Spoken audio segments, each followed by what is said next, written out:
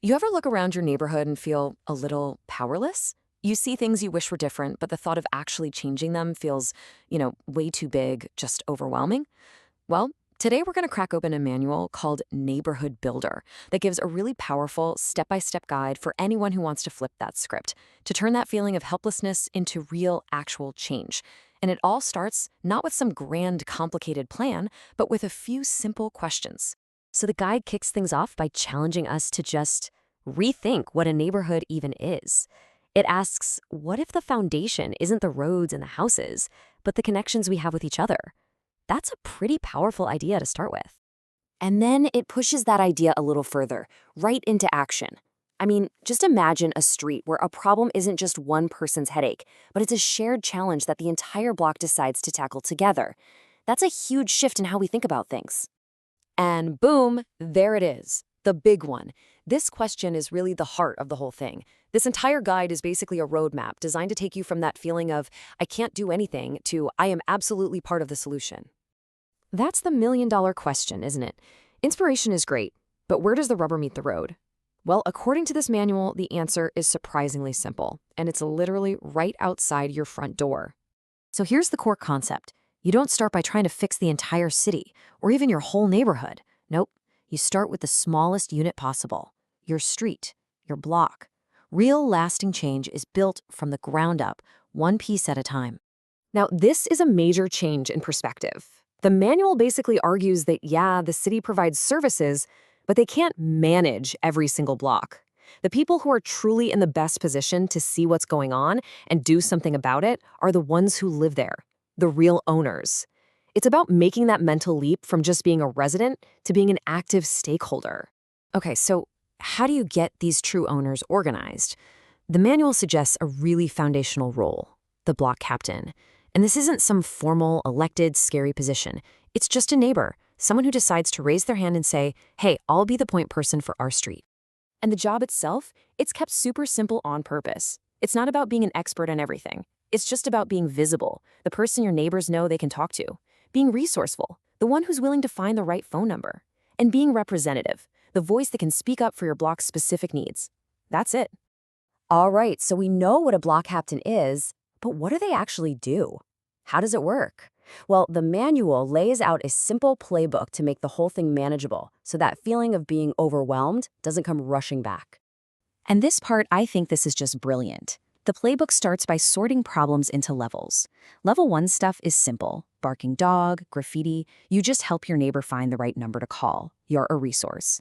But for level 2 and 3 issues, the bigger things, you're not expected to solve them alone. You escalate it.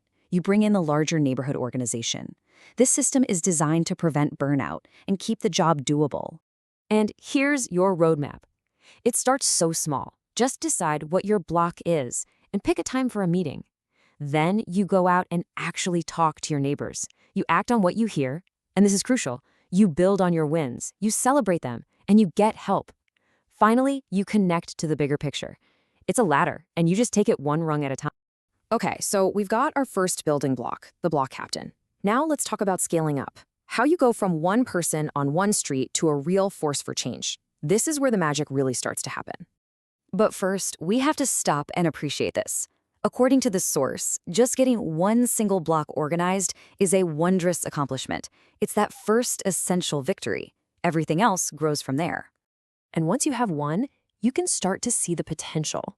You start to imagine what happens when the block next door sees what you're doing and gets their own block captain. And then the one after that? Suddenly, the power isn't just adding up, it's multiplying. And this just lays it out perfectly. The difference is night and day. A single block can feel like an island, but a whole network of organized blocks, that changes the game completely. Bad actors can't just move one street over. One person calling a politician might get ignored, but the voice of the masses, representing hundreds of voters, they have to listen. This is how you go from a good idea to real, lasting change. So now you have this network, and that creates a huge shift. You're no longer just reacting to problems, just putting out fires. You can start proactively building the future you actually want for your neighborhood, and that begins with a plan. Having a formal plan gives your group direction. It gives you legitimacy. But the manual makes a really important point here. The process of creating that plan, making sure everyone's voice is heard, is every bit as important as the final document you create. And just like with the block captain role, they give you a clear step-by-step process. You don't just jump in and start writing. You start with research. You form a team to guide the work. You get your boots on the ground to really understand the area before you start asking for public input. This whole deliberate process makes sure the final plan is a true reflection of the community's vision and something you can actually use. And that brings us right back to where we started. Remember those big what-if questions? Well, now that we've seen the practical block-by-block strategy, we can actually start to answer them. So the manual ends by basically turning its first question back on us. But it's not a hypothetical anymore. It's a direct challenge. The entire system, this whole possibility for change, really does hinge on one person deciding to take that first step.